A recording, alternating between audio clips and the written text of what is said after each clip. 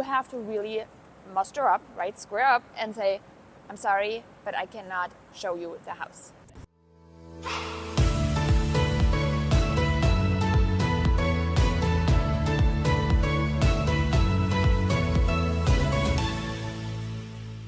I'm officially back for open houses now after the August 2024 NAR settlement and all the new rules in place.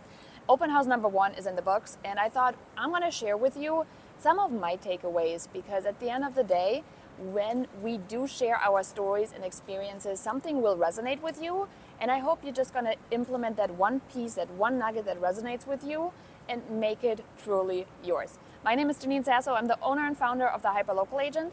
And here's how my open house went. I had my very first open house with all the things in the process lined out the way I wanted it to run. And one of the things is when somebody comes to my open house, I'm very clear on telling them I represent the seller, I do not represent you. So that is something where I do ask every attendant of the open house to make sure that they read through this, sign the form, and we're all on the same page. Now, what happened was somebody refused to sign it. And in that instance, I want you to really see what your options are, okay? So when somebody is refusing to sign paperwork that you deem necessary and mandatory for your business, for your state, for the regulations, what happens if somebody says, I can't do that? You have to really muster up, right, square up and say, I'm sorry, but I cannot show you the house. And again, there's nothing wrong with saying that per se, okay? You will feel standoffish at first. It will feel not right to you at first. But at the end of the day, I hope you need to look at what is on the line for you. So here are a couple things that helped me get through this whole I don't want to sign. First up, I want to make sure I have another option for them if they are very hesitant to sign a piece of paper. I can absolutely understand not wanting to sign this paper right here on the spot unless you had a chance to look it over. Again, you can take your time and you can read it over and you can ask me any questions and I'm here to clarify them, okay? Because when people don't read what they're actually asked to be sign, that's the first problem. And the language in that document is very clear-cut, stating, I'm here for the seller, I can do certain things like opening a door for you and you can have a look, but I am not here for your best interest. I am here for the best interest of my client, who happens to be the seller. Now, after they read it, oftentimes it becomes a no issue, and we can move on from there. Now, if the issue still persists of, I don't want to sign this, that's not a problem. I cannot show you the house, but here's what I can do. Would you like to have a feature sheet of the property to take with you? And if you like, you can also access the video tour link that I did just before this open house when you go look at my website, my Facebook profile, right? However it is convenient for you, and point them that way.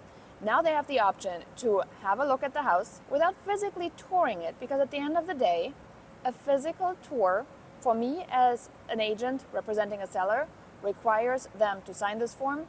Otherwise, they can also look for representation. Again, two options that are absolutely open to them.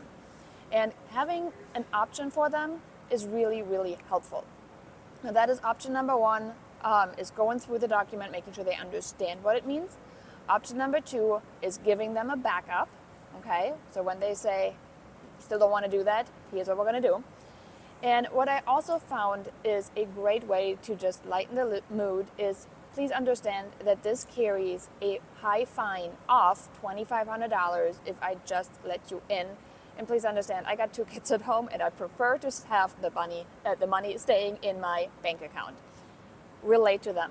Make it relatable that you are actually a real person that is dealing with real fines imposed on you that you have to deal with. This is not something that you just choose to do, right? There are real fines associated with it. There's real testers out there.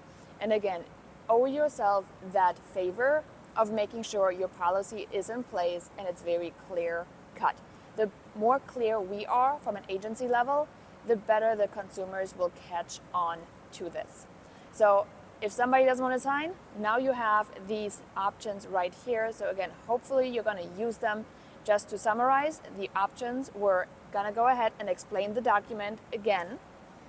Number 2, offering them a feature sheet, an MLS sheet, and a video tour.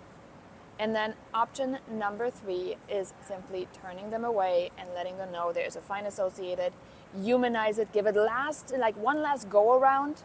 But if that is still a no, that's okay. Remember, sometimes too, these are great opportunities to showcase how you will protect somebody else's house. And when you have these people come to you, simply say, put yourself in my seller's shoes. I'm here. My responsibility is to make sure I know who came through their house. And this is just one of the ways that I have to do that. So I hope when you ever are in the shoes of selling and you open your house up to the public, you will appreciate this in an agent. So again, another strategy for you to use. Either one of those is going to be so helpful for you. Find the one you like, find the one that resonates with you, find the one that works for you, and then stand firm. You got this, because we're all doing the same thing. So, bye for now. Everything you need. Automation, direct. Game changing. Is the mother of all mothers. Allows me to schedule social media posts for the entire month. Central is unique. Everything a real estate agent needs rolled into one platform.